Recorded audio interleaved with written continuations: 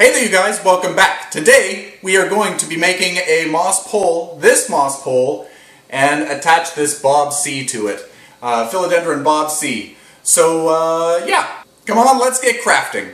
Okay, so what you're going to need for this project, in this particular case I've used gutter guard. So this is a mesh that you put in your gutter to stop the leaves from accumulating. Lets the water pass through but stops the leaves.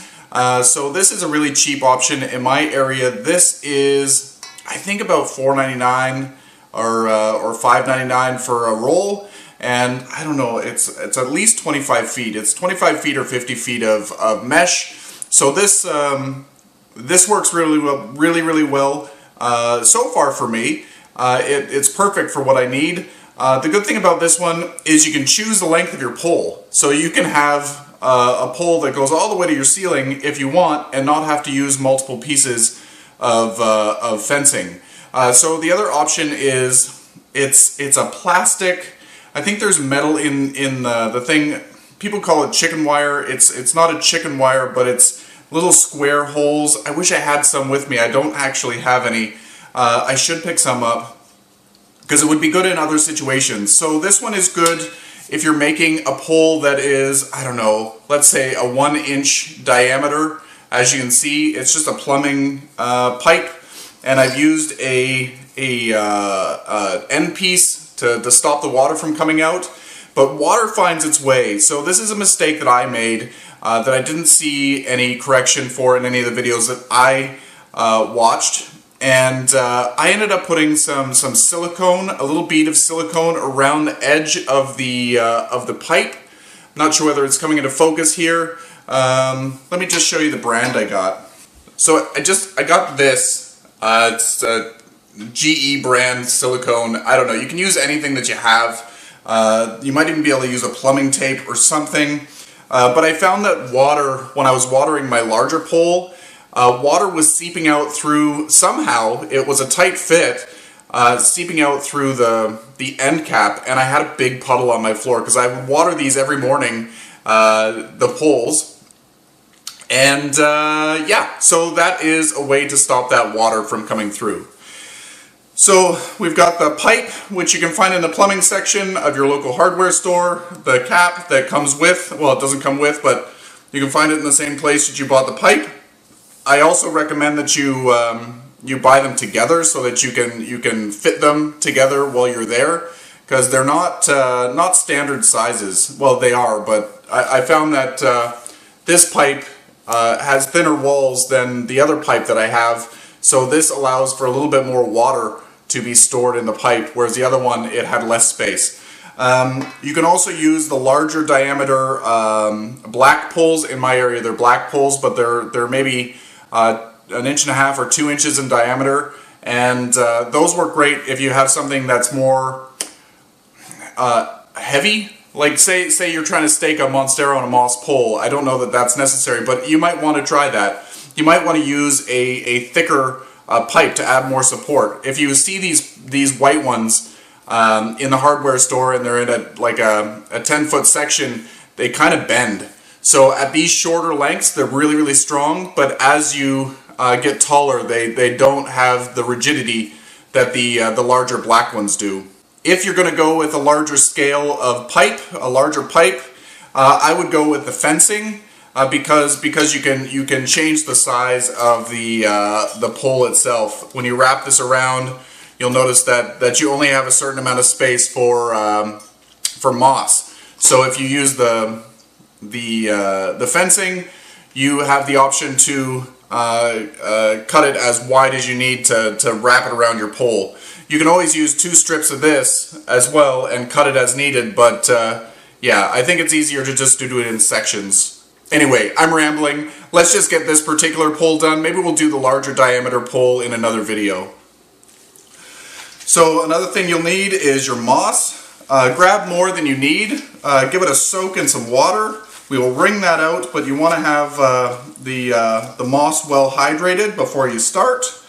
We've got zip ties of all shapes and sizes. Well, not really all shapes and sizes. We got a small size zip tie. Let me open this up. I will need them later. These are probably about 3 inches long, maybe 4 inches long. It's the smaller size. This will be used to zip tie the fencing together, or the gutter guard together. So we'll need a bunch of those. And then you'll need something that's a little bit bigger. This is overkill, but it's the next size up that I have. I need to go and get some more zip ties. So we got this size. This is to attach the wicking cord. I don't know whether I showed you this before, but I bought some wicking cord for this project, or for the moss making project, moss pole making project. But I also had some on hand just because I was doing, just putting some wicking cord in the bottom of my pots and then sitting them on a reservoir. So I was making my own little self-watering pots with these. So the wicking cord, you can really use any sort of cord that you have. You want to make sure that it's got some nylon in it. This is a nylon braided with cotton inside. You don't really want to use too much natural materials when it comes to this, because cotton is going to break down over time, but the nylon in this is going to keep it alive. It's not going to break down fully. So cotton is going to wick better, but nylon is going to have the longevity. So I have this off to the side. Let's move this moss out of the way while we prepare this pole. So what makes this pole a self-watering pole? Okay, back to the beginning. We've got this pipe. I've cut it, I think this is about 24 inches. You want to decide which size you want to make your pole before you actually put it together. And you can always add to it after the fact. So I want to start my moss at around this height. So right about here is where the moss is going to start, so that's how I'm going to figure out how far I want the wicking cord to come down, and as well as how far I want the mesh to be used. And just for reference, we're going to be putting this Bob C, Philodendron Bob C on the moss pole. It hasn't been doing very well. It's been outside. It's got some aerial roots going on, so I wanted to give these aerial roots a place to rest their bones. So anyway, with this, we need to find the end of the wicking cord. Here it is. You can either burn the end just to stop it from fraying, or you can just tie a knot in it. Sometimes a knot is going to be too big for the hole that you're putting it down. And you're going to push the wicking cord into the pole until it hits the bottom. You'll feel it hit the bottom, and then, okay, it's at the bottom. I pull it up and then let it drop again just to make sure that it is actually at the bottom. And then you're going to take it, and then you're going to make it go down the side, and then we're going to cut it, give it maybe an extra 10 inches of cord, and then hopefully this is coming into frame and focus. So make sure it's at the bottom again. And now I'm going to take one of the bigger zip ties, and I just want to tie it in place. Yeah, there they are. The wicking cord is going to take the water from the pole, and then it's going to moisten the moss. So it's a really good way to do it. Alright, let's get this in here. You don't want to go too tight. You just want to be able to hold the moss or the cord in place. And then we're going to wrap the cord around the pole like so. Easy peasy. You want to get nice even coverage, and that's why you wanted a little bit extra cord. And then there we go. You can space it out better if you want to, depending on how much extra cord you have. Sorry, I'm trying to bring this closer to my body, it makes it easier. And then we're going to take this other piece of zip tie and zip it into place. We want to hold that last little bit in place.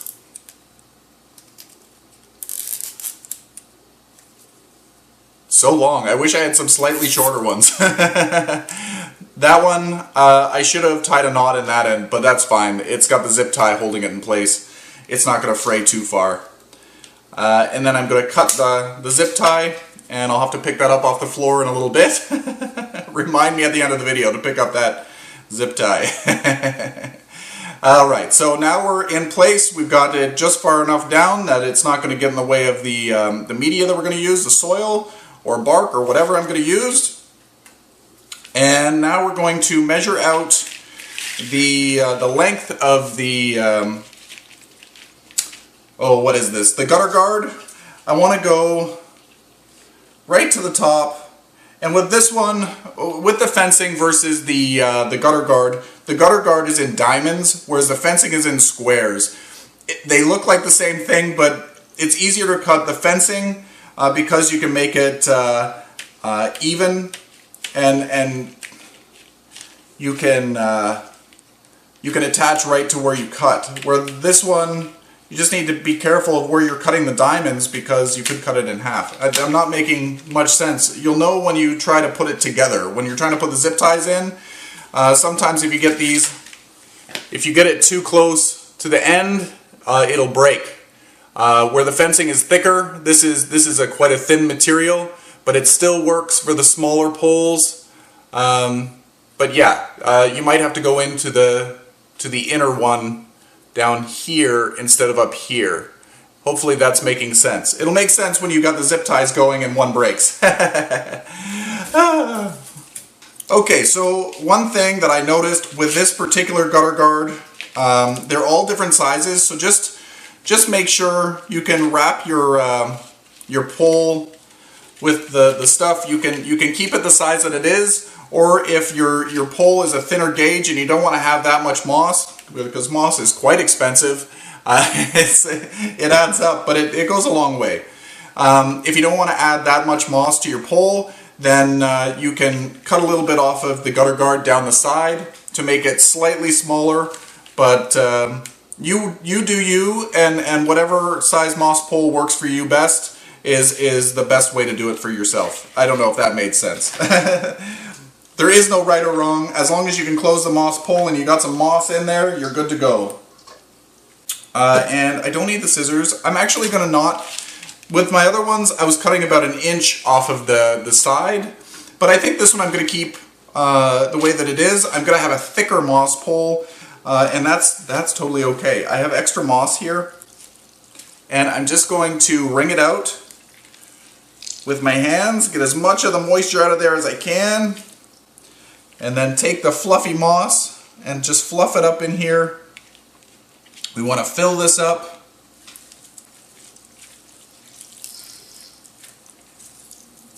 Take your time. You can always, after you're starting to close this, if you need extra moss, you can always add it in. But make a nice bed of moss here. Try to make it as even as you can. Again, you can always add in. There's nothing right or wrong about this.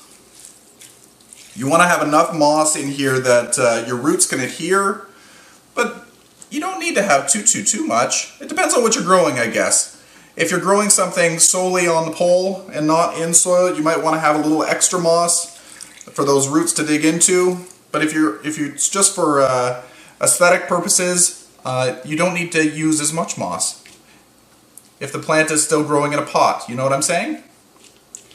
Alright, so we're pretty well good here. I've got a few little spots that need a little attention, like right here.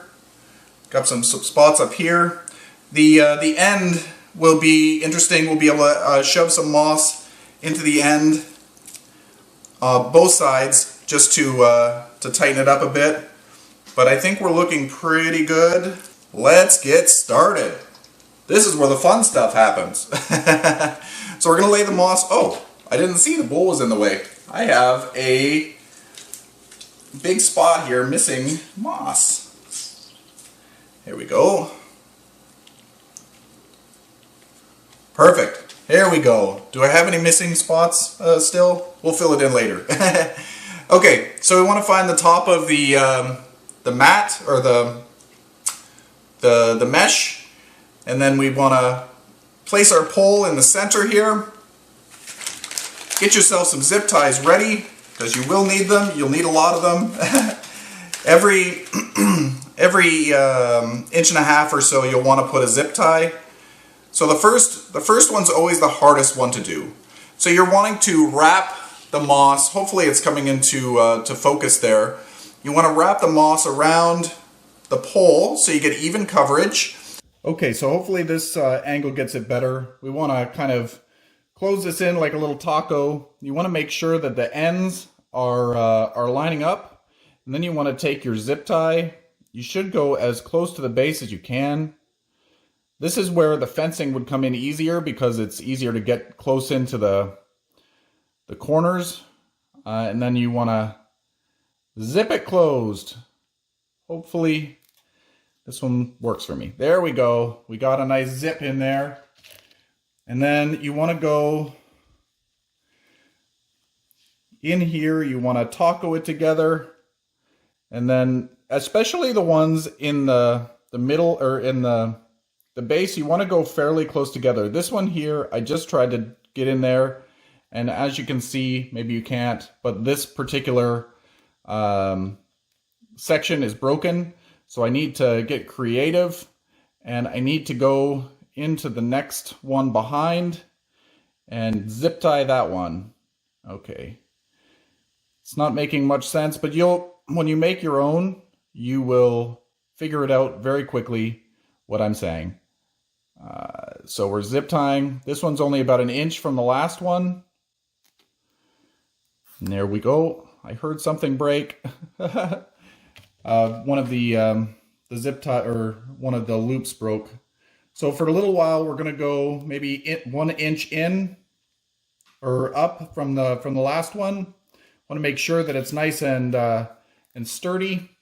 There you go. Might actually put another one here. I don't know which one broke, but I want to make sure that it's stable. There we go. Come on.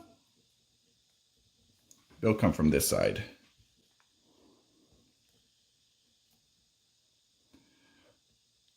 Oh, it won't go through. Oh well. Okay, I'm trying to figure it out as I go. That's the fun thing about these. It's a fun little craft project. If you got kids, then you can get together and you can do a little crafting together.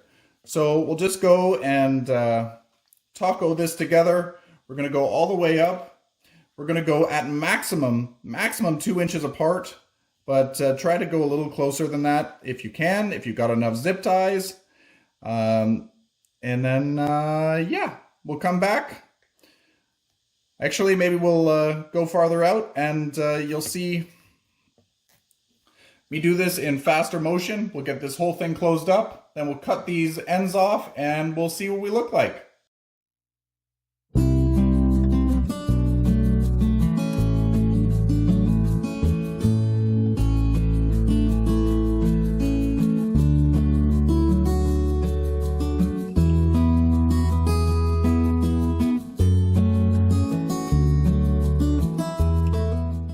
Okay, so now we are good. We've got the moss pole is created. As you can see, it looks beautiful. It's got a backbone. It's got a beautiful spine. So we will go ahead and cut those off in just a second. I'm just going to go ahead and remove any of the little hangy bits that are coming out the side. You can also push those back in if you have a chopstick or I don't know, a wooden skewer or something. It's just cosmetic to push those back in. And at the ends, you'll notice that it's really, really fluffy and it might not be as full at the ends. So just push that down and then we will add some more moss. Oh, push that down and add some more moss in there. That was out of frame. Let me just wring out some more moss and put it on our mat here. There we go. And I'm just going to take it, we're just going to plump it in there. So if you want to add to this pole later on, you can buy well, first you would take out this wicking cord that's in here and then just tie some extra wicking cord to it and then put it down in the new top. And in this section here, you could buy extending sections. So like we had the lid down on the bottom, there's sections that you can link two poles together. So you can use one of those and then drop this down, like I said, the new top of the pole after you've added some more string to it, or rope. And then you would just add the mesh to the pole. You'll have to, when you're adding to the pole, you'll have to kind of add the moss as you're cinching it closed with zip ties. It's a little bit more intensive, but it's better than having a moss pole that's 6 feet tall when you've got a tiny little plant, and it's going to take your plant, say, 2-3 years to reach the top of the pole, so you're not just looking at a pole. You can add sections to the pole over time. Just make sure to utilize the zip ties, and you will want to also zip tie some to the top as well as you're putting the mesh on. Use the top meshes as a linking point as well. So now we're going to do the same thing in the bottom. I just want to tuck it in and make it nice and firm at the base. Looks beautiful, beautiful. All right, now you got a nice moss pole. And now we're going to cut these ends off as close to the pole as we can.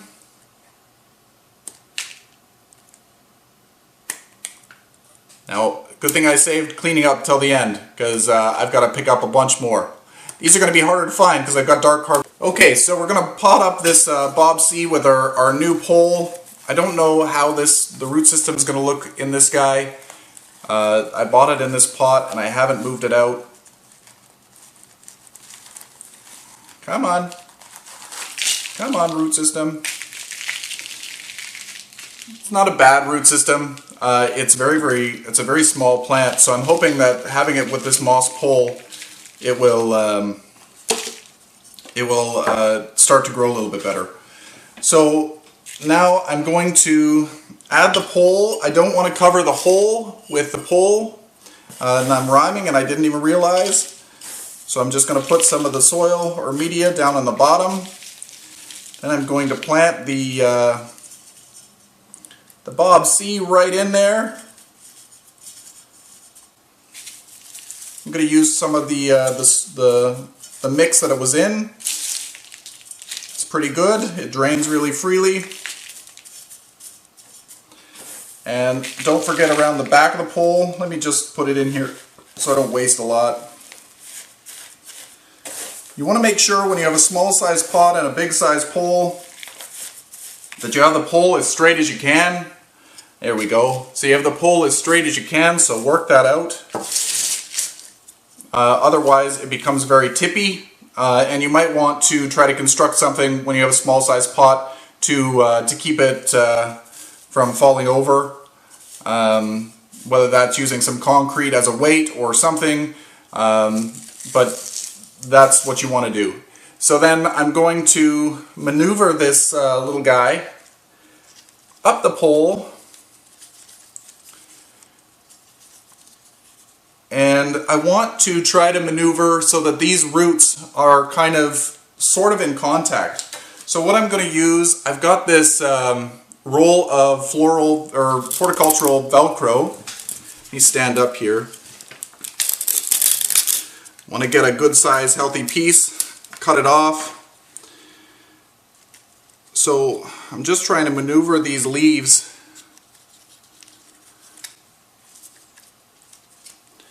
I don't want to damage any new caterpillars that might be developing. Do I want it this way? I don't like how he's been growing. There we go. And then I'm going to take this Velcro, and this won't have to stay on forever. You're just going to monitor the growth. You'll want to see the plant start to attach itself, which really shouldn't take too long, but it depends on how fast your plant is growing. And eventually you can take this off. I'm actually going to make sure that I had one good root here down at the base. Let me move that up. Can you see this root here by my finger?